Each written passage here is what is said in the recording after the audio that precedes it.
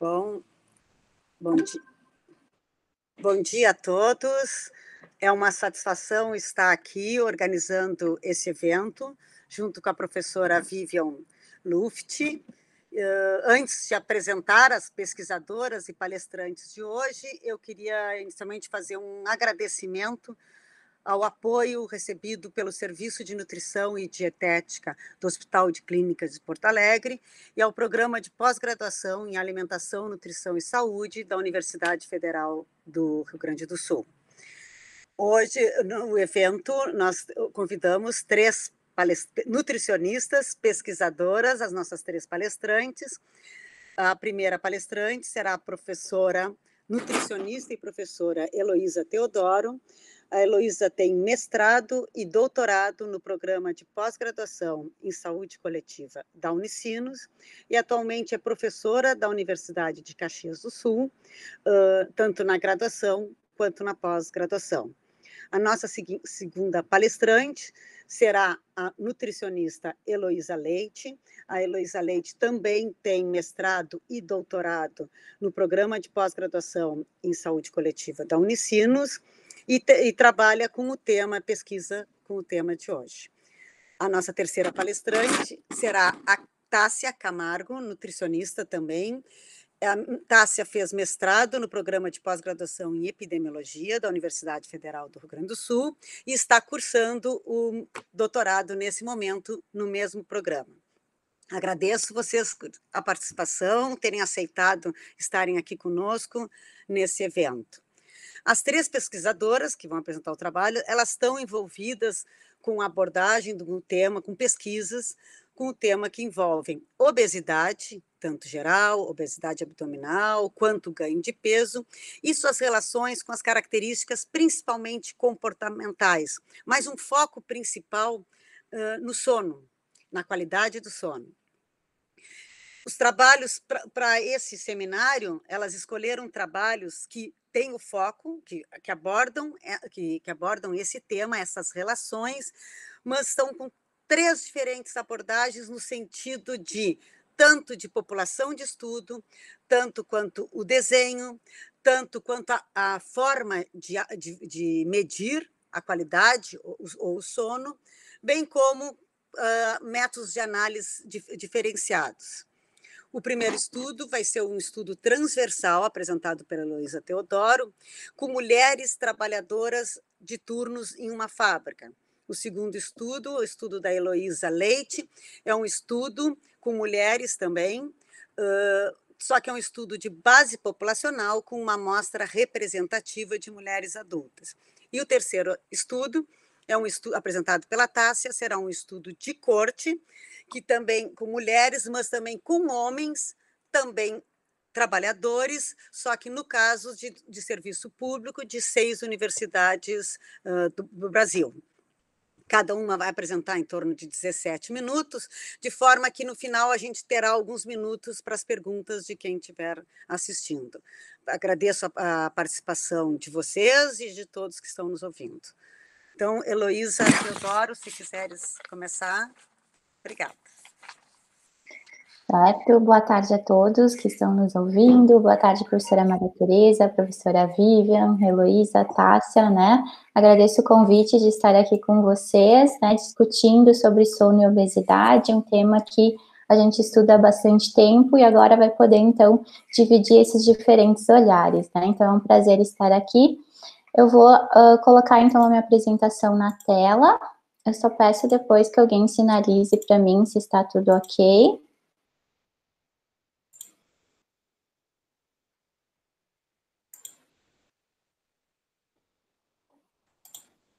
Ok, apareceu já, falta só... Apareceu, tranquilo. Tá, obrigada. Então, eu vou iniciar, né, o nosso seminário sobre sono e obesidade, diferentes abordagens. Eu vou falar, então, a relação sobre obesidade abdominal, sono em mulheres trabalhadoras de turno. Inicialmente, antes de eu entrar exatamente nesse tópico, eu só vou fazer uma contextualização do porquê que o sono é importante para o nosso metabolismo e quais são as possíveis relações, né, tanto metabólicas quanto comportamentais, nessa influência do aumento da prevalência de obesidade. Então, um dos primeiros estudiosos, né, nessa relação do sono foi o Alan, lá em 1971, no qual ele trouxe essa afirmação: se o sono não tem uma função vital absoluta, então é o maior erro que o processo evolucionário cometeu, né? Então, lá, esses estudos iniciaram em 1971 e já se percebeu a grande influência que a quantidade, né, o número de horas de sono e a qualidade de sono tinham sobre o nosso metabolismo. E a partir daí nós progredimos, né, nesses estudos e estamos entendendo melhor essas relações. Mas todo mundo se pergunta, né, por que a gente dorme, né? Por que a gente precisa desse número de horas de sono e dessa qualidade? Então, foi um processo, né, seletivo, evolucionário, de conservação energética, né, ou seja, o corpo precisava descansar e fazer essas restaurações, principalmente hormonais, e também de consolidação da memória. Então, cada vez mais, os estudos mostram a importância desse número de horas de sono para a consolidação, para a aprendizagem, né, em todo o ciclo da vida. Claro que esse número de horas de sono, eles variam de acordo com o ciclo da vida, a gente vai focar aqui em adultos, mas, então, durante todo o processo, o número de horas de sono e a qualidade do sono é fundamental para as questões hormonais, comportamentais e de aprendizagem e consolidação da memória. Aqui, então, falando mais da questão hormonal, tá? O sono, ele possui uma função vital no equilíbrio entre a leptina e a grelina, tá? Que são os nossos hormônios que regulam a fome e a saciedade. Então, o que a gente tem percebido nos estudos atuais? Pessoas que dormem menos que 6 horas por dia, ou que essa qualidade não é adequada, né, se tem uma redução da leptina, que é o hormônio que nos dá saciedade, e um aumento da grelina, que é aquele hormônio que desperta a fome, né? Então, as pessoas tendem a comer mais, tá? Então, tem um aspecto hormonal, mas a gente vai ver também que tem o aspecto comportamental, de se fazer menos refeições com maior volume energético, tá? Além disso, tem influência sobre os hormônios de bem-estar. Então, a pessoa que não tem sono suficiente acaba sim tendo, né, um mau humor, e isso é uma questão hormonal, uma questão organizacional também do nosso sistema. Consequentemente, né, maiores problemas mentais. E recentemente, né, esse ano saíram 2 meta-análises que eu vi, saiu uma meta-análise e uma revisão falando sobre a questão do diabetes tipo 2, né, como ele é relacionado à questão do sono, que a insuficiência do sono é um fator de risco para diabetes tipo 2 pela questão de produção de insulina. Então, também a questão do diabetes, de toda a regulação ali da glicemia, é influenciada por noites de sono mal dormidas ou por horas insuficientes de sono, tá? Bom, então, esse ciclo sono e vigília deve ocorrer de uma forma natural, tá? E como que ele foi organizado? Então, esse ciclo sono e vigília, ele acompanha as horas de sol, né? Isso seria o normal. Então, quando lá o sol nasce, automaticamente a gente desperta, né? E quando o sol está lá se pondo, automaticamente o nosso corpo, ele entra naquele modo de descanso. Então, o nosso organismo, ele acompanha o ciclo claro e escuro que normalmente acontece durante o dia, né? Porém, nós temos algumas situações nas quais a nossa rotina não acompanha esse sistema claro e escuro, né, dos dias. É isso que a gente vai discutir um pouco mais. Então, o sono é uma função biológica, fisiológica, necessária para que o nosso organismo funcione de uma maneira adequada. O ideal são 8 horas de sono, né, mas tem se considerado adequado, então alguns estudos têm mostrado que até 6 horas, né, a gente já consegue ter uma boa adequação, né, em relação à questão metabólica. Isso depende de pessoa para pessoa, tá? Então, de 6 a 8 horas é considerado um número suficiente de horas por dia. A privação é considerada abaixo de 6 horas por dia de sono, tá? E como eu falei, esse ritmo circadiano, ele é regulado pela luz, né? Então, ele foi organizado originalmente de acordo com o dia pela luz solar. Então, a luz do sol, né, não só a do sol, mas a luz de maneira geral, ela estimula que o nosso organismo se mantenha em vigília, né? Então, ali desperta todas as questões hormonais relacionadas para a gente estar trabalhando e desempenhando as nossas funções durante o dia, tá? Então, isso acontece quando a gente acorda e se expõe à luz, tá? Não só a luz do sol, mas a luz artificial, a luz ali do nosso dia a dia, tá? Então, inicia ali o processo de ativação do sistema ativador reticular ascendente. Então, é ele que desperta ali toda a sincronização para a produção hormonal e para a nossa rotina iniciar, tá? Já o sono, ele é o oposto, né? Então, o sono, ele é ativado pela redução da exposição à luminosidade e também pelo acúmulo de adenosina. O que é a adenosina? Ela é um produto que se acumula a partir do gasto energético, a partir do gasto de ATP. Então, também existe uma relação direta entre o nosso gasto energético e a maior estimulação do sono. Então, a prática de atividade física, ela está, sim, relacionada a uma melhor qualidade de sono, né? Então, quando a gente tem um gasto energético, né, um exercício físico organizado, a gente gasta mais energia, consequentemente gasta mais ATP, e o nosso sono vai ser induzido de uma maneira mais adequada por acumular mais adenosina, tá? Então, os hábitos, os comportamentos que a gente tem durante o dia também vão influenciar a nossa qualidade, a nossa indução do sono. Claro que a atividade física, ela não deve ser praticada logo, né, antes ali do período de dormir, porque também ela produz adrenalina, e a adrenalina é um sinalizador de vigília, tá? Então, a atividade física, ela deve ser praticada durante o dia, mas não próximo ao horário de dormir, né, porque ela pode ter o efeito contrário.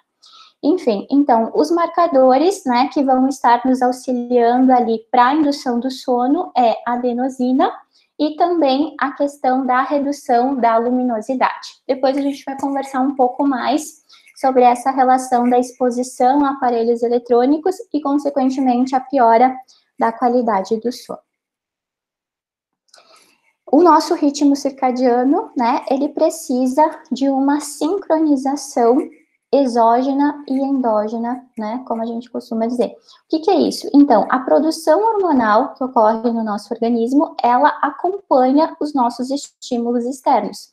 Então, se a gente se expõe à luz em horários que deveria estar induzindo sono, vai ativar a vigília e, consequentemente, eu vou ter um descompasso ali no meu sistema interno e externo, tá? Então, essa visão também, né, a gente vai passar ao longo do seminário que, enfim, durante o dia eu preciso me expor à luz, né, para induzir o meu sistema de vigília, mas próximo, então, ali do horário de eu dormir, eu preciso me reservar dessa luminosidade. Então, a prática, muitas vezes, de utilizar o celular, né, antes de dormir, ou trabalhar, né, ficar ali exposto à luminosidade do computador antes de dormir, ou assistir, né, televisão, enfim, a exposição à luminosidade próximo do horário de dormir, ela pode causar essa desincronização, pode ativar a vigília e daí demorar para a pessoa entrar na indução do sono, tá? Então, esse é um dos aspectos que a gente vai conversar também em relação à higiene do sono. Bom, então eu já falei sobre essa indução. A indução do sono, ela é feita principalmente pela melatonina, tá? Que é o hormônio que auxilia aí na indução do sono, e ela é suprimida pela exposição da luminosidade. Então, essa é a principal relação, tá? A sua redução também está relacionada a transtornos de humor, né? Porque se a melatonina induz o sono, né, e a gente tem uma redução de produção de melatonina, consequentemente, a minha qualidade de sono não vai ser tão boa, e eu vou ter também, né, essa questão de mau humor ou outros transtornos de humor no dia seguinte. O cortisol, né, já é o hormônio relacionado à vigília, né, é um hormônio também relacionado ao estresse, e a gente tem uma produção maior durante o dia, tá? E também tem estudos relacionando a insônia e a hiperglicemia relacionado ao aumento do cortisol. Bom, aqui como eu falei, a questão da glicose, né, o metabolismo da glicose, a produção pancreática de insulina está diretamente relacionada também ao número de horas de sono e uma melhor qualidade dele, tá? Quando se tem menos de 6 horas, os estudos têm mostrado uma desregulação na produção de insulina, tá? E uma tendência à hiperglicemia durante após as refeições, desculpa, esse controle não é feito de uma maneira tão adequada quanto aquelas pessoas que têm o sono acima de 6 horas e com uma qualidade boa, né? As meta-análises têm chegado a essas conclusões. Então, o sono ele tem essa função vital no controle de glicemia, né? Desde que seja de 6 a 8 horas por dia, com uma produção adequada de insulina. Então, a gente entendeu agora qual é a relação entre o sono, né, a questão metabólica, a produção hormonal, principalmente relacionada aos hormônios insulina, grelina e leptina, e também os de humor, para quem tem uma rotina considerada convencional, né, ou seja, trabalha durante o dia e à noite dorme. Mas nós temos uma parcela da população, cerca de 20% da população, que trabalham à noite. Então, essas pessoas, elas vão dormir durante o dia e à noite vão estar trabalhando. Então, há aquela desincronização, né? A luz do sol não está de acordo com a rotina da pessoa. Então, para essas pessoas, né, que é a população-alvo do estudo que eu vou apresentar, que são trabalhadoras em turno, a gente precisa ter alguns cuidados especiais, né? Então, o problema é que há essa desincronização entre a fase clara e a fase escura, e, consequentemente, essas pessoas tendem a dormir menos e com uma pior qualidade do seu sono. Então, aqui, só evidenciando essa meta-análise, mostrou que a redução de horas de sono está diretamente relacionada com o aumento da circunferência da cintura e obesidade abdominal. Eu vou focar na obesidade abdominal, porque é aquela obesidade, né, o acúmulo de gordura na região abdominal, que está relacionado ao maior risco cardiovascular. Então, essa meta-análise demonstrou isso, tá? A redução de horas de sono está associada a um aumento de circunferência da cintura por diversos estudos, né? Na verdade, só um não chegou a essa conclusão ao fim da sua metodologia, ao fim do seu curso. Esse outro estudo eu trouxe para mostrar como o impacto nas mulheres da redução de sono é maior do que nos homens, tá? Então, se a gente olhar esse gráfico aqui, que está mostrando a classificação do IMC, tá? O índice do IMC, pelo número de horas de sono, o que a gente consegue ver? A barra preta representa as mulheres e a branca os homens, tá? Então, aqui, ó, as mulheres em privação de sono, aqui abaixo de 6 horas de sono por dia, olha como isso impacta na questão do IMC. Então, elas têm um IMC muito mais elevado do que os homens sobre a mesma condição.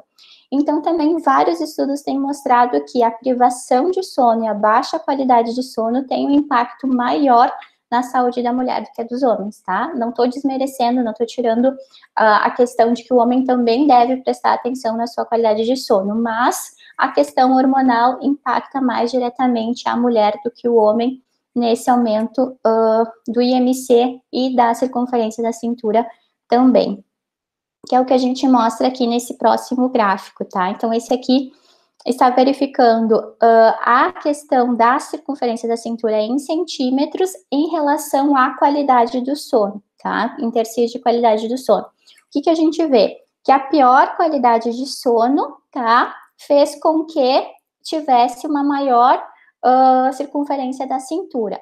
Agora, conforme for melhorando a qualidade do sono, olha só como para as mulheres teve um efeito bem maior de redução de circunferência da cintura do que nos homens. Eles mais ou menos mantiveram aqui, né, a mesma média de circunferência da cintura, quando que nas mulheres a melhora da qualidade de sono impactou muito mais na redução da circunferência da cintura, tá? E em relação à nutrição, então, os principais aspectos são os hormonais, grelina e leptina, e comportamentais, então, em relação à redução do número de refeições, a substituição dessas refeições, então se percebe a troca de um prato completo, né, com arroz, feijão, carne e saladas por lanches, né, então a preferência por lanches em maior densidade calórica em poucas refeições, tá? Então, acontece aí os bolos de alta densidade energética e uma piora da qualidade dessa refeição. E isso está induzido também, em partes, pela questão hormonal e em partes pela questão comportamental, porque também há uma mudança na rotina de vida, tá? Alguns estudos também mostram o aumento do consumo de açúcar, né, alimentos açucarados, por pessoas que têm uma pior qualidade de sono e uma redução da qualidade de sono, tá? Então, aqui há uma discussão se é a questão hormonal ou também uma questão compensatória, né? Já que eu dormi pouco, já que eu estou mal-humorado, eu vou consumir mais açúcar para me sentir melhor. Então, tem todos esses aspectos que são discutidos em relação à questão do açúcar e da redução da qualidade de sono. Então, agora eu vou falar sobre os principais resultados, né, que foram encontrados numa parte do estudo que conduzimos, né, como a tese do meu doutorado. Então, esse é o artigo que foi publicado na Public Health Nutrition, agora recentemente, né, que traz, então, os aspectos comportamentais e obesidade abdominal em mulheres trabalhadoras de turno aqui do Rio Grande do Sul, tá? Juntamente com a professora Maria Tereza, que está conduzindo o seminário.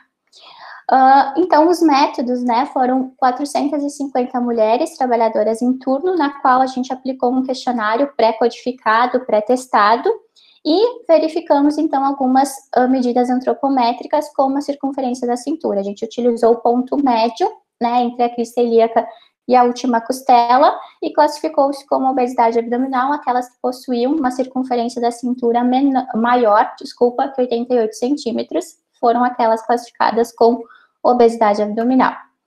O sono, nós questionamos ela sobre o número de horas de sono habitual durante a semana e nos finais de semana, tá? Então, isso nos últimos 30 dias, e foi feita uma média desse número de horas. Também utilizamos, não para esse estudo, mas para pesquisa maior, a utilização do actígrafo, né, que é um equipamento que monitora a qualidade de sono, que foi utilizado por 48 horas. Como principais resultados, então, a gente encontrou uma prevalência de obesidade abdominal em 44%, tá? Então, foi uma prevalência elevada para uma população adulta, né, que está ativa, que está trabalhando. Então, isso também foi um alerta, né, da alta prevalência de obesidade abdominal nessa população. E aqui, o que foi associado, então, a esse aumento da prevalência de obesidade abdominal? A idade, né, quanto maior a idade, maior foi a prevalência de obesidade abdominal, assim como estar casado, né, ter um companheiro, o tempo de trabalho, há quantos anos a pessoa estava na empresa. Então, mais que 6 anos foi um fator que apresentou uma maior prevalência de obesidade abdominal por maior exposição ao trabalho noturno, né? Então, elas trabalhavam em turnos fixos, não rotativos, tá? O número de horas de sono, menos que 5 horas de sono, foi associado à maior prevalência de obesidade abdominal, assim como não praticar atividade física, realizar menos que 3 refeições por dia e trabalhar no turno noturno, tá? Após, então, a análise multivariada, após o controle para os fatores de confusão, o que permaneceu na análise? Aqui a gente fez uma análise por níveis, né? Primeiro, os demográficos e socioeconômicos, então permaneceu associado ao desfecho obesidade abdominal, idade, né? A maior idade, estar com companheiro, o nível, então, de trabalho, né? Trabalhar à noite permaneceu associado ao desfecho. A questão de ser fumante atual mostrou-se como redução para obesidade abdominal, mas a gente fez essa discussão no artigo que isso é uma fake news, né? É um falso benefício, né? Ou seja, as mulheres que tiveram, né, essa menor prevalência em relação ao hábito de fumar, isso é momentâneo, por uma troca de comportamento, mas a longo prazo a gente enxerga que isso não existe nenhum benefício, muito pelo contrário, traz muito mais malefícios e pode levar ao aumento, novamente, da obesidade abdominal, tá? Assim como consumir menos do que 3 refeições por dia. Aqui na análise multivariada, a gente percebe que horas de sono não se manteve associado ao desfecho. Então, a gente realizou uma análise estratificada, tá, do número de horas de sono pelo trabalho em turno, tá? Então, aqui que a gente enxerga a bolinha preta são as mulheres trabalhadoras à noite, tá? E aqui o quadrado branco, aquelas que trabalhavam de dia, ou a gente chamou de turno híbrido, porque pegava uma parte da noite também, era até as 10 horas da noite quem trabalhava à tarde. Então, o que a gente percebe, né? Que a razão de prevalência das mulheres que trabalhavam à noite e tinham menos do que 5 horas de sono para prevalência de obesidade abdominal foi muito maior do que aquelas que trabalhavam no dia.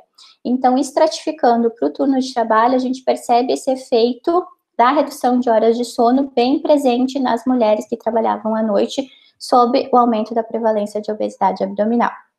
Então, nossas conclusões desse estudo mostram que as mulheres que trabalhavam à noite precisavam de orientação, né, em relação aos aspectos comportamentais, porque menos refeições por dia, menos horas de sono, não praticar atividade física está diretamente associado ao aumento da obesidade abdominal.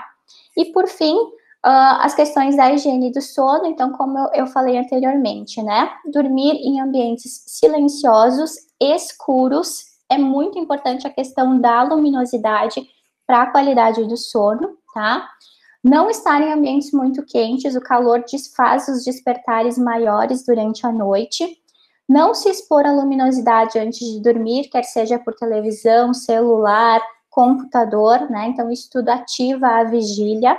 Não abusar dos estimulantes, como o café ou prática de atividade física antes de dormir. Alguns estudos sugerem a fragmentação do sono durante o dia como uma estratégia de qualidade. Por exemplo, fazer cochilos durante o dia pode auxiliar na questão de descanso e de recomposição das questões hormonais. Contudo, isso ainda é um pouco controverso. Para algumas pessoas tem efeito positivo, mas para outras, aquelas que têm uma inércia do sono, acaba tendo um efeito contrário, porque ela induz o sono e acaba ficando sonolenta durante o dia. Então, essa estratégia tem que ser avaliada de forma individual. Certo? Então, eu agradeço, né, a todos que estão nos assistindo, né, e por estar aqui compartilhando essas informações. Agora, pode ficar à vontade. Tá. Muito obrigada, Heloísa Teodoro, muito obrigada pela tua apresentação, os resultados vão contribuir com a nossa depois breve discussão. Agora eu vou passar para a Heloísa Leite apresentar o seu estudo. Obrigada. Boa tarde, pessoal. Eu peço uns minutinhos apenas para conseguir compartilhar minha apresentação.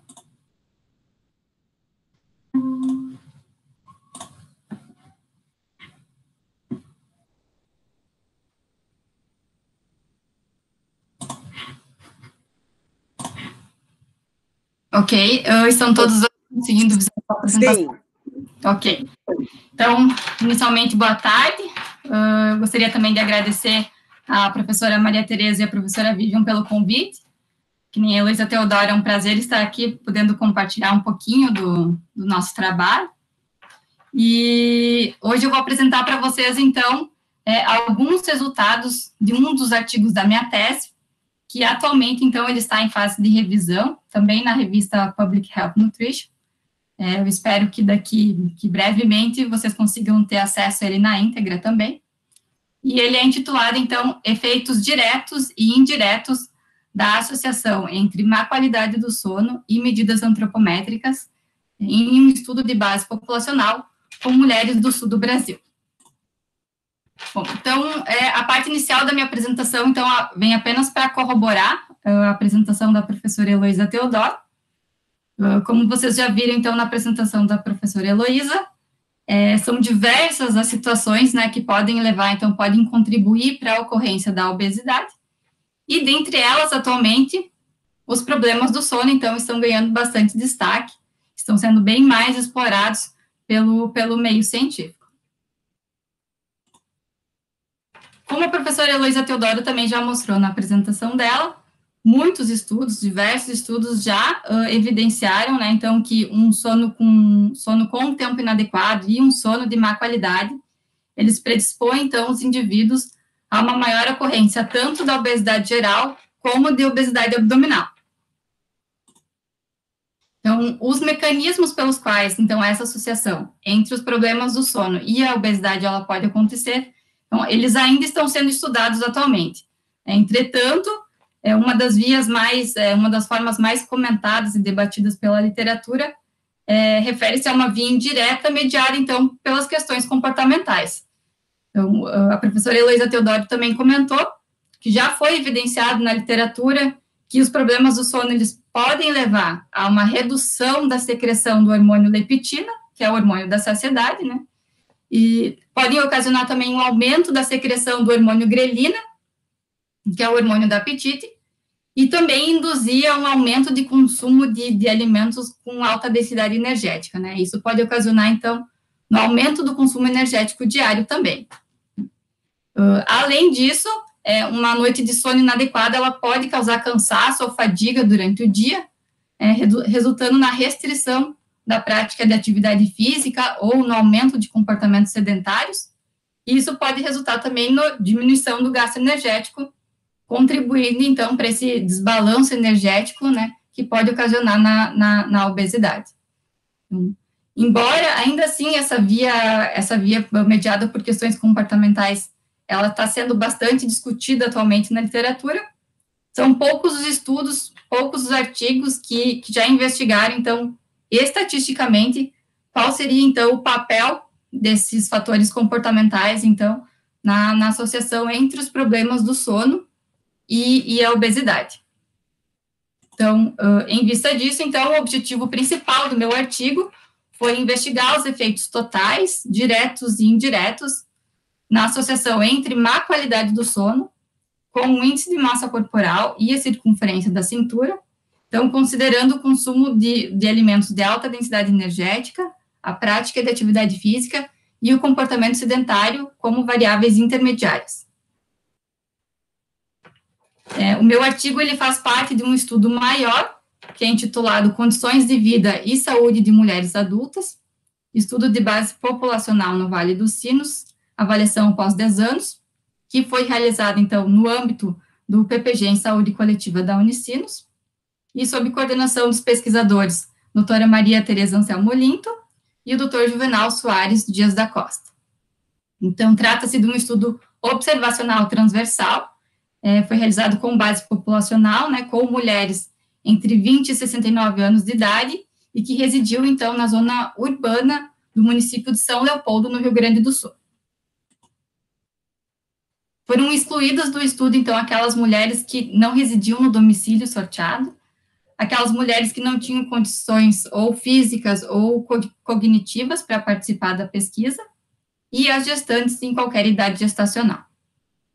Então, o tamanho amostral, ele foi estimado a partir dos diferentes desfechos que estavam previstos no estudo maior, e optou-se, então, por escolher aquele tamanho da amostra, o resultado com o maior tamanho de amostra necessário.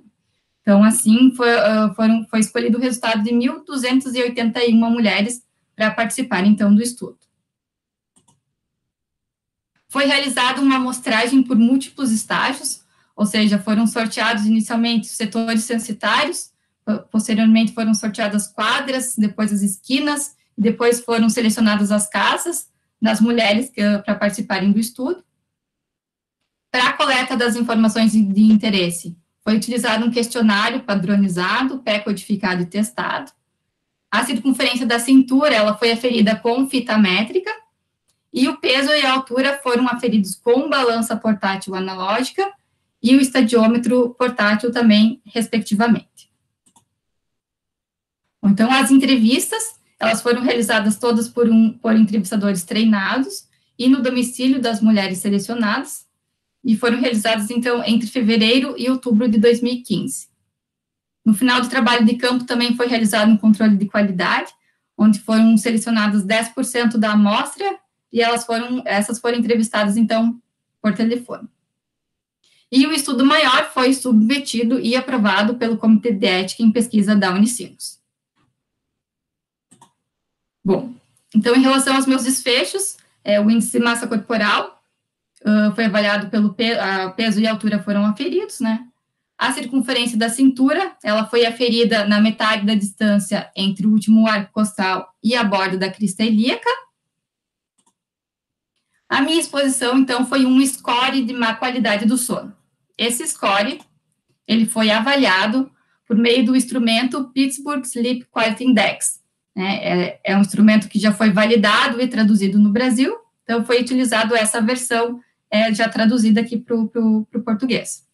Então, ele é um instrumento que avalia qualidade e duração do sono e outros problemas do sono no último mês. Então, ele é um instrumento que tem 7 componentes.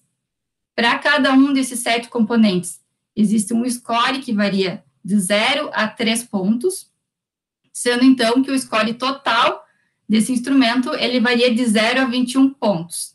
Então, quanto maior a pontuação, quanto maior o score nesse instrumento, pior é a qualidade do sono da entrevistada. Bom, em relação às variáveis intermediárias, foram escolhidas, então, a prática de atividade física semanal em horas. Essa atividade física ela foi avaliada por meio da prática de deslocamento e atividade física de lazer. É um instrumento IPAC, versão curta. O tempo de comportamento sedentário no lazer também foi avaliado durante a semana em horas, foi avaliado por meio de um instrumento elaborado pelos próprios pesquisadores do PPG, e avaliou o tempo de comportamento no lazer, como assistir televisão, utilizar computador, tablet, celular, como forma de lazer. E também o consumo mensal de fast food, que foi avaliado, então, por meio de um questionário de frequência alimentar dos últimos 3 meses. Bom, as análises do meu artigo, elas foram realizadas por meio da análise de caminhos, ou PEF Análises, que é uma análise, então, que permite a estimação simultânea de diversas relações de dependência que já foram estudadas e hipotetizadas previamente pelo pesquisador. Então, no caso, como eu já sabia, já teria um modelo teórico, a priori, do que eu consideraria como variável mediadora, variável de exposição e variável de desfecho, eu optei por esse tipo de análise, por poder investigar ao mesmo tempo todas essas relações entre o sono, as variáveis comportamentais e a obesidade. Então, no total das 1.281 mulheres que foram selecionadas para fazer parte do nosso estudo, então, houve 153 perdas e havia 11 informações incompletas, que resultou, então, em 1.117 mulheres para análise do meu estudo. Em relação à análise de caminhos, então, a PEF Análises, a gente verificou que o aumento do score do PSQI estava associado com uma menor prática de atividade física semanal.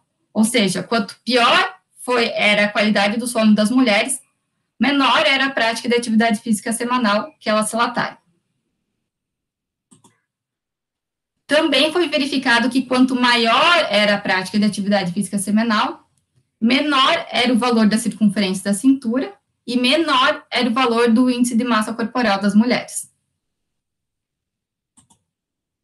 Infelizmente, a gente não verificou uma associação entre a pior qualidade do sono e a circunferência da cintura e o índice de massa corporal. E também não verificamos uma associação entre a pior qualidade do sono e o comportamento sedentário no lazer e o consumo de fast foods. Em relação, então, aos efeitos indiretos, nós verificamos que houve um efeito indireto total significativo entre a associação da pior qualidade do sono com a circunferência da cintura via os 3 fatores comportamentais: atividade física, comportamento sedentário e o consumo de fast foods. Porém, individualmente, apenas o fator comportamental, a prática de atividade física, é que a gente verificou uma associação significativa. Ou seja, aquelas mulheres que indicaram pior qualidade do sono, elas tinham um maior valor de circunferência da cintura via a menor prática de atividade física semanal. Então, individualmente, a gente não verificou uma associação via o comportamento sedentário no lazer e via o consumo de fast foods. Em relação ao desfecho, então, do índice de massa corporal, a gente também não verificou nenhum efeito indireto significativo. Bom, então, esse estudo mostrou que as mulheres que tinham, então, uma pior qualidade do sono, elas apresentaram um maior valor de circunferência da cintura, então, por meio dessa menor prática de atividade física semanal. Então, como já foi mostrado inicialmente, a prática de atividade física, ela pode ser, então, um fator comportamental que pode mediar, então, essa associação entre os problemas do sono e a obesidade, né, justamente porque uma má qualidade do sono pode estar causando fadiga durante o dia e pode resultar, então, na menor prática de atividade física diária e, consequentemente, num menor gasto energético. Então, um outro estudo que foi realizado na Austrália, só que com trabalhadores, também encontrou um resultado semelhante. No caso, eles encontraram que a prática de atividade física mediou a associação entre problemas do sono e IMC, ou seja, as mulheres e homens eram a população do estudo. Aqueles que tinham uma pior qualidade do sono, eles tiveram um maior IMC também via uma menor prática de atividade física. E outro estudo também realizado nos Estados Unidos, então foi um estudo experimental com 18 adultos. Esses 18 adultos, eles passaram por uma semana de restrição de sono, então sono com menos, era 5 horas de sono por noite, por dia, né, por noite. E isso ocasionou, então, na redução de 24% na prática de atividade física moderada e vigorosa durante o dia. Bom, então, algumas limitações eu preciso mencionar sobre o meu estudo, meu trabalho, né? Primeiro, o instrumento que eu utilizei, o Pittsburgh Sleep Quality Index, é um instrumento que avalia o sono de forma subjetiva, ou seja, essas medidas, elas podem estar sujeitas aos vieses de memória, ou seja, as mulheres podem ter subestimado um pouco os problemas do sono, as horas de sono. Esse estudo também é um estudo com delineamento transversal, ou seja, a gente não pode estabelecer uma relação causal entre a qualidade do sono, a pior qualidade do sono e a obesidade ainda, né? Também sabe-se que existe uma associação bidirecional entre o sono e a obesidade. Entretanto, é uma associação principalmente relacionada com a síndrome da apneia obstrutiva.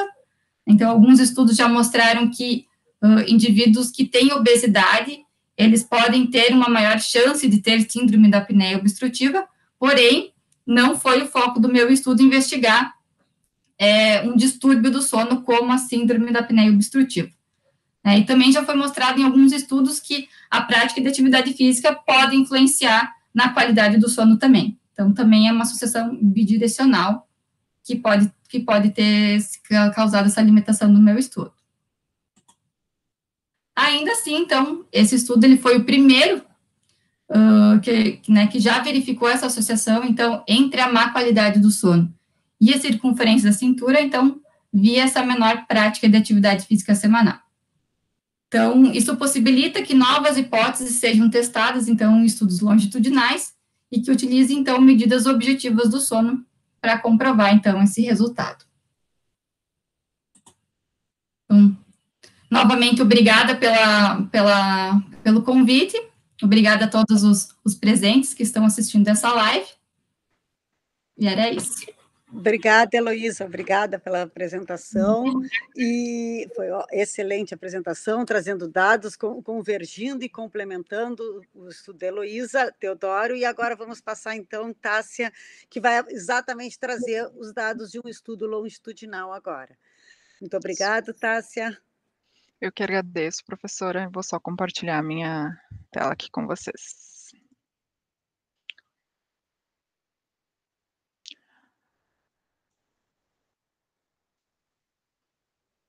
Vocês podem me avisar se estiverem visualizando, por favor. Ok. Ok? Tá bem. Bom, então, eu sou a Tássia, vou dar sequência ao nosso seminário. Hoje eu vou falar sobre os resultados do meu artigo, que é originado da minha dissertação de mestrado, que foi publicado na revista Sleep Medicine. O título em português é Problemas de Sono e sua associação com o ganho de peso e o ganho de cintura, no estudo longitudinal de saúde do adulto, o ELSA Brasil. Bom, dando alguns números sobre a obesidade, que a gente sabe que ela tem crescido rapidamente, em especial nas últimas 3 décadas. E somente em adultos, o Global Burden of Disease refere que em 2015, 603,7 milhões de pessoas eram obesas no mundo todo. Isso sem contar, então, crianças, né, que se sabe que também tem crescido a obesidade entre elas. E o alto IMC contribuiu em 2015 também para 4 bilhões de mortes. Como nós vínhamos falando, a obesidade é multifatorial e seguindo nesse fluxo de comportamentos, 2 dos principais fatores já associados são os hábitos alimentares inadequados e também o baixo nível de atividade física. E de uns anos para cá, o sono também tem sido apontado como um possível contribuinte, tanto em quantidade quanto em qualidade, principalmente por por participar de funções que afetam a saúde física e a saúde mental, e tem sido associado às principais doenças crônicas não transmissíveis em outros estudos, desde diabetes, câncer, doenças cardiovasculares. Mas vários estudos sobre o tema sono, obesidade, em especial, são realizados em outros países e acabam explorando apenas a duração de sono. E outras características do sono, assim como as meninas também abordaram, como problemas de sono, têm sido menos investigados, em especial em países em desenvolvimento, como o Brasil. Deste modo, o nosso objetivo foi avaliar a associação entre a presença de problemas de sono e o ganho de peso e o ganho de cintura no estudo longitudinal de saúde do adulto, como eu mencionei, o ELSA Brasil. O ELSA Brasil é um estudo de coorte multicêntrico, ou seja, que acompanha os indivíduos ao longo do tempo, composta por 15.105 funcionários ativos e aposentados, tanto homens e mulheres, que tinham na linha de base entre 35 a 74 anos de idade, tá? De instituições públicas de ensino de 3 regiões do Brasil, que são Sul, Sudeste e o Nordeste. Neste mapa, a gente tem as cidades nos quais o ELSA tem um centro presente, que é Porto Alegre, São Paulo, Rio de Janeiro, Vitória, Belo Horizonte e Salvador. Então, como eu mencionei, na linha de base, foram recrutados 15.105 participantes, e a linha de base, que é conhecida como Onda 1, ocorreu entre 2008 e 2010, e a segunda visita, ou Onda 2, como nós chamamos, ocorreu entre 2012 e 2014. Então, dá mais ou menos 4 anos entre uma visita e outra. A partir desse recrutamento da linha de base, nós fizemos algumas exclusões para chegar na nossa amostra final. Então, nós fizemos as seguintes exclusões: aqueles que não tinham dados de peso e nem de cintura, nem dados de sono ou sem dados em outras covariáveis, uma ingestão dietética implausível, que seria um consumo dietético de menos de 600 calorias por dia ou mais de 6.000 calorias por dia. Depois, excluímos aqueles que tinham cirurgia bariátrica prévia ou entre as visitas, aqueles que morreram entre as visitas, o que não foram os participantes que não compareceram à segunda visita, e aqueles que não tinham dados de peso ou de cintura no segmento. Com isso, a nossa amostra final foi de 13.030 participantes. A nossa exposição foi a presença de problemas de sono, tá? Para isso, nós utilizamos a seção D do instrumento chamado Clinical Interview Schedule Revised, o CISR. Ele é um questionário que foi previamente adaptado e validado para o português, porém, ele é utilizado comumente para a avaliação da saúde mental, e uma das sessões aborda os problemas de sono. As questões deste instrumento são sobre a dificuldade de iniciar ou de manter o sono ao longo da noite. E a presença de problemas de sono é caracterizada quando o score, é maior ou igual a 2 pontos. E a gente, então, teve uma avaliação longitudinal com esses desfechos, conseguimos avaliar de uma visita para a outra. Os nossos desfechos, portanto, são ganho de peso e o ganho de cintura elevados. O ganho de peso anual foi registrado como em quilos por ano e considerado elevado se acima do percentil 90, que daria em torno de 1,65 quilos por ano, e o ganho de cintura, registrado em centímetros por ano, considerado elevado se também acima do percentil 90, que daria 2,41 centímetros por ano. E o ganho de peso anual e o ganho da circunferência anual, eles foram calculados considerando a diferença dessas medidas entre as visitas e dividido pelo tempo ocorrido entre as visitas em anos. Como eu mencionei, em torno de 4 anos entre uma visita e outra. Nós utilizamos para a nossa análise principal a regressão de Poisson com variância robusta, pelo fato de o nosso desfecho ser binário, desenvolveu ou não desenvolveu esses desfechos, com ajustes para possíveis variáveis de confusão, que eu vou explicar mais adiante. Chegamos nos resultados. Essa é a nossa tabela 1, que apresenta as características da amostra. Na coluna da direita, nós temos as características da amostra geral. E aqui, na coluna da esquerda, a primeira coluna, as características dos participantes com problemas de sono, e ao lado, daqueles sem problemas de sono. Aqueles com problemas de sono, que nós tivemos 4.336 participantes. De modo geral, a idade, em relação com aqueles com problemas de sono, a média de idade foi menor, a maioria eram mulheres, 61,6% das pessoas que tinham problemas de sono eram mulheres,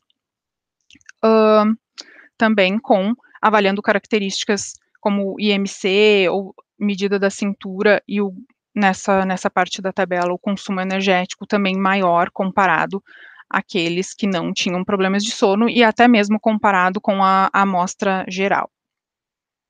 Essa é a continuação da tabela 1, ainda com algumas características como nível de atividade física, que é importante de mencionar, já que nós temos falado desses fatores, que a atividade física naqueles que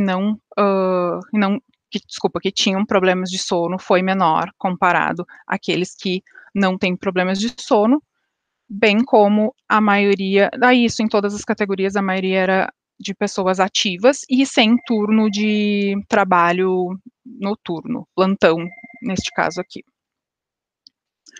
A nossa tabela 2, nós fizemos os fatores associados à presença de problemas de sono na linha de base, então, do ELSA Brasil, colocando fatores como idade, o sexo, a escolaridade, a cor de pele, e a renda nessa primeira parte da tabela. Apresentaram razões de prevalência significativamente maiores ser do sexo feminino, o que corrobora com o que as meninas falaram anteriormente, o impacto parece ser maior em mulheres. Também o nível de escolaridade, onde o ensino superior foi a nossa referência, então todas as outras escolaridades apresentaram razões de prevalência significativas.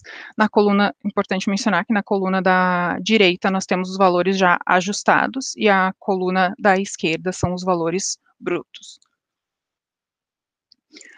Essa é a continuação da tabela 2, onde também tivemos razões de prevalência significativamente maiores naqueles que eram fumantes, naqueles que tinham um consumo calórico maior, nós registramos como a ingestão dietética a cada 500 calorias, e no penúltimo item, o consumo de álcool a cada 4 doses por semana.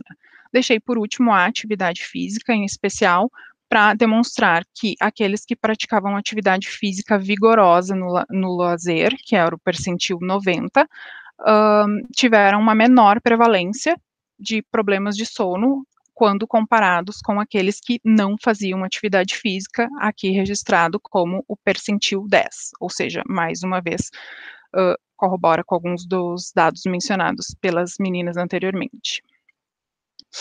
Por fim, a tabela 3, onde estão apresentados os nossos resultados principais, que são, então, a associação dos problemas de sono com o ganho de peso e o ganho de cintura.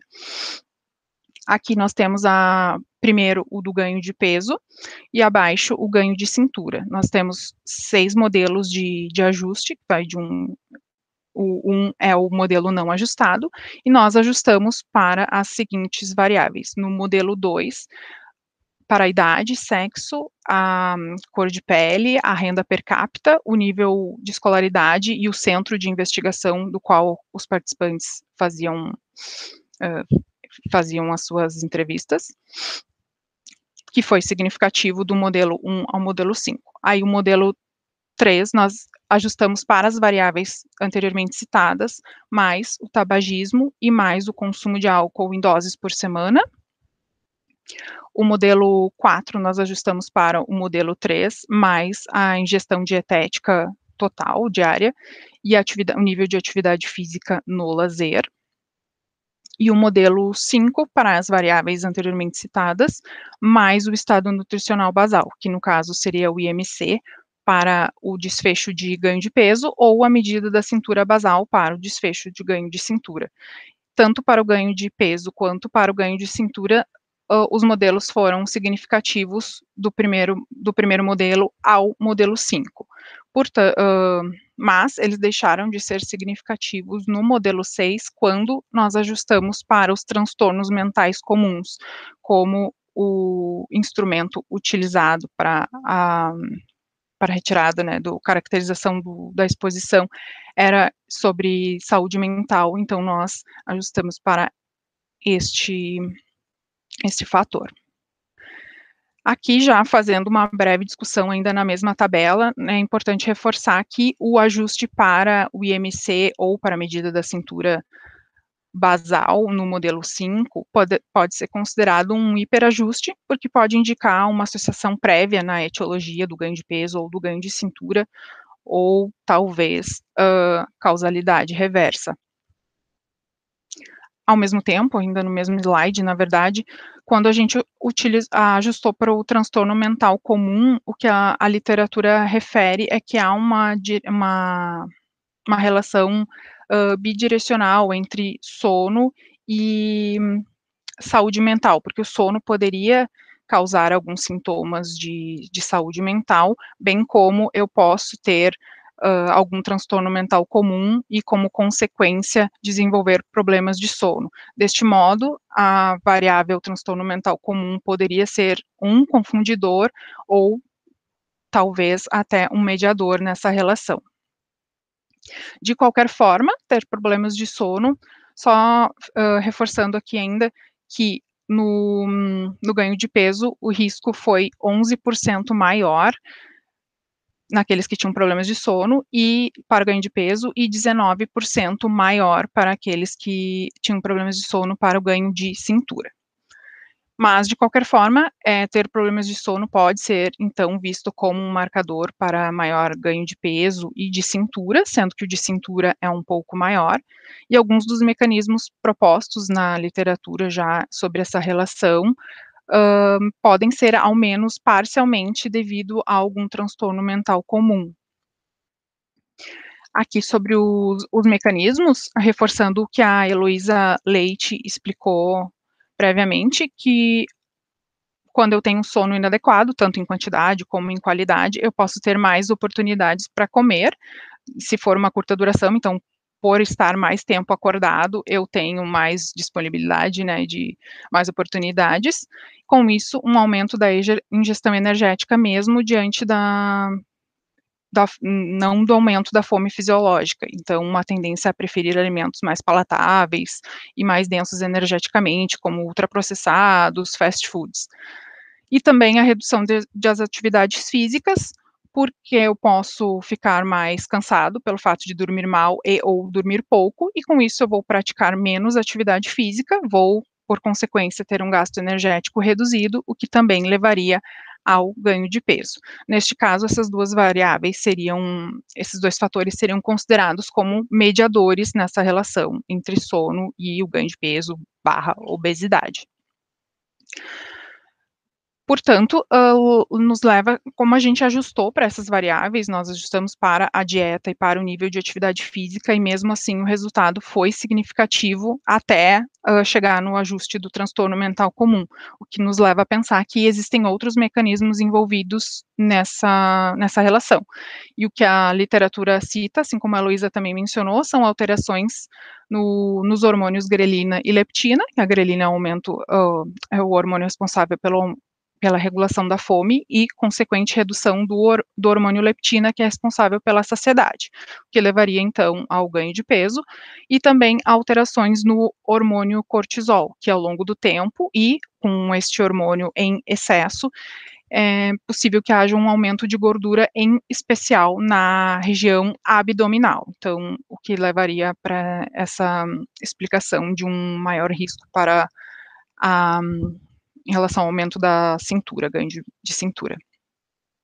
As limitações do estudo foi que a nossa avaliação das características do sono foi por um método indireto, então as informações são autorreferidas pelo questionário e, portanto, subjetivas. O questionário que nós utilizamos, o CISR, ele não foi desenvolvido somente para a avaliação do sono, como eu expliquei lá no início, ele é desenvolvido para a avaliação de saúde mental, com sessões que abordam diferentes sintomas, e um deles são os problemas de sono.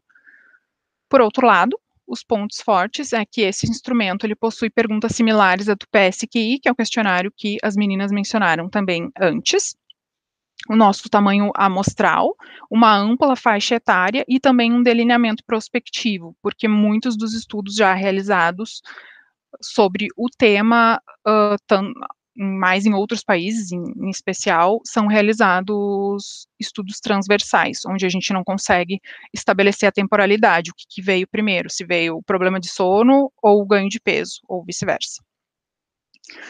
E também uma contribuição para preencher uma lacuna científica sobre outras características de sono, além da duração, porque aos poucos têm surgido mais estudos com outras características que não seja somente a duração, se dorme pouco ou dorme muito, que o dormir muito também tem sido estudado como fator de risco para alguns desfechos. Como conclusão, os nossos resultados indicaram que ter problemas de sono está associado a um maior risco de desenvolver o ganho de peso e o ganho de cintura elevados, mas não de forma independente aos transtornos mentais comuns. E também que, embora a contribuição de problemas de sono como parte do diagnóstico do transtorno mental comum mereça ser mais explorada, a promoção de um sono de mais qualidade, dentro do possível, bem como uma maior atenção para a saúde mental, pode ser uma forma complementar de outras ações de estilo, em especial relacionadas ao estilo de vida, como nós temos abordado aqui no seminário, que essas ações que objetivam a prevenção e o tratamento da obesidade. Muito obrigada. Só parar a transmissão.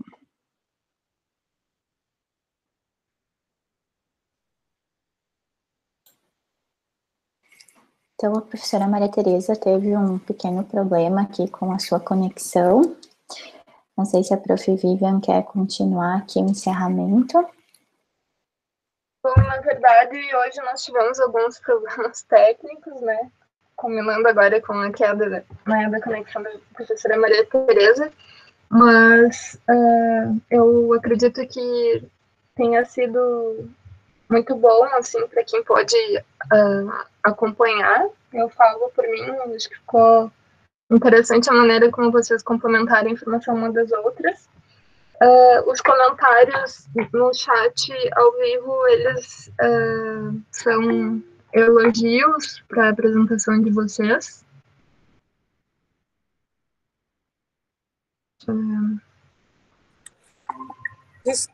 Pessoal, desculpa, caiu bem no final da apresentação. Não sei se foi só o meu que caiu. Foi? Sim. Tá. Bom, Tássia, mas eu assistia, deu para ver, foi no último slide que caiu.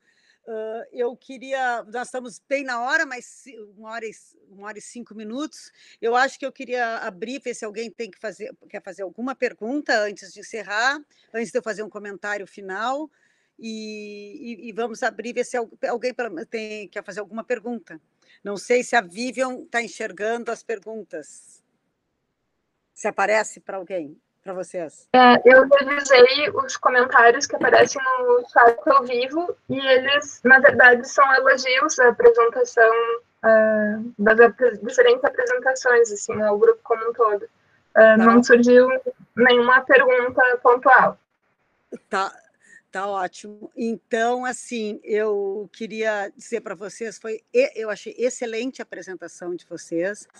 E o que eu gostaria de destacar, além da qualidade da apresentação, da relevância do tema, um tema muito atual, e o que vocês trazem, que em termos de saúde pública tem mais relevância ainda, porque vocês trabalharam praticamente com fatores de risco modificáveis. Todos os fatores de risco que vocês estudaram em relação tanto ao desfecho quanto às exposições, que é a qualidade de sono, eles são fatores de riscos modificáveis, tais como fumo, tais como álcool, tais como a atividade física.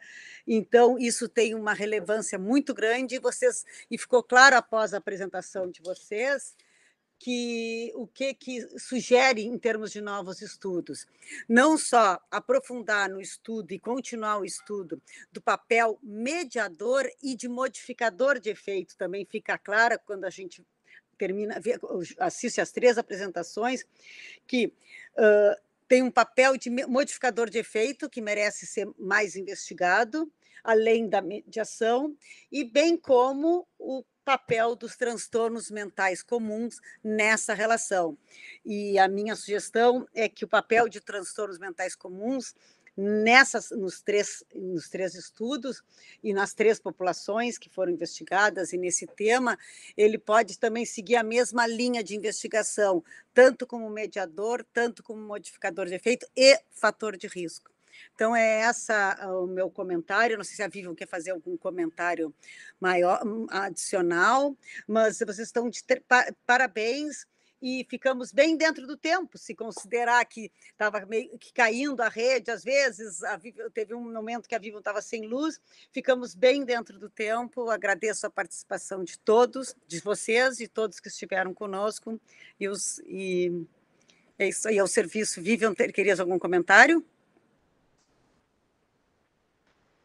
Na verdade, apenas pedir desculpa pelo transtorno para quem tentou assistir ao vivo, né, que por alguns instantes a conexão falhava, mas a gravação completa vai estar presente no canal do YouTube e também no site do CESAM, sem os cortes.